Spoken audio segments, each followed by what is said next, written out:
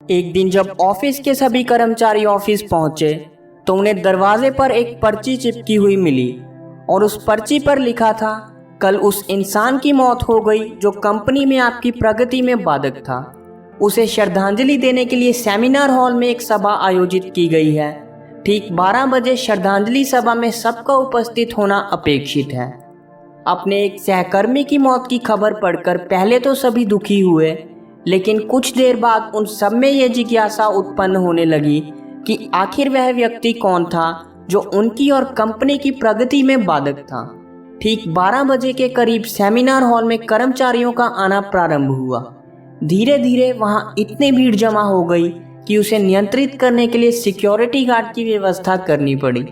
लोगों का आना लगातार जारी था और जैसे जैसे लोगों की भीड़ बढ़ती जा रही थी, सेमिनार हॉल में हलचल भी बढ़ती जा रही थी। सबके दिमाग में बस यही चल रहा था कि आखिर वो कौन था जो कंपनी में मेरी प्रगति पर लगाम लगाने पर तुला था। चलो, एक तरह से ये अच्छा हुआ कि वो मर गया। जैसे ही श्रद्धांजलि सभा प्रारंभ हुई, एक एक करके सभी उत्सुक और जिज्ञासु कर्मचारी कफन के पास जाने लगे। करीब पहुंचकर जैसे ही वह कफन के अंदर झांकते, उनका चेहरा फीका पड़ जाता, मानो उन्हें सदमा सा लगा हो। उस कफन के अंदर एक शीशा रखा हुआ था।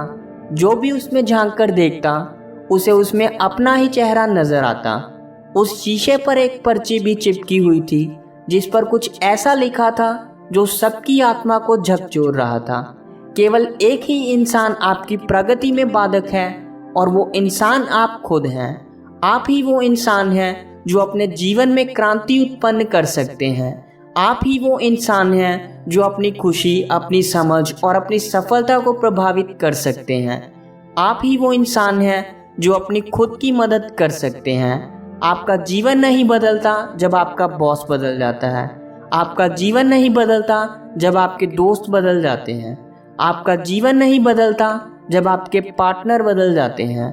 आपका जीवन तब बदलता है जब आप खुद बदल जाते हैं, जब आप अपने खुद के विश्वास की सीमा को लांघकर उसके पार जाते हैं, जब आप ये समझ जाते हैं कि आप और सिर्फ आप ही अपने जीवन के लिए जिम्मेदार हैं, तब आपका जीवन असल रूप में बदलता है। इसलिए ज़िंदगी में हमेशा एक बात याद रखिएगा कि सबसे महत्वपूर्ण रिश्ता जो हमारा किसी के साथ है वो खुद से है। हमारा जीवन हमारे हाथों में है और आवश्यकता केवल इस बात की है कि हम अपने जीवन की वैसी ही देखभाल करें जैसी उसे चाहिए। आई होप कि आपको ये कहानी पसंद आई होगी।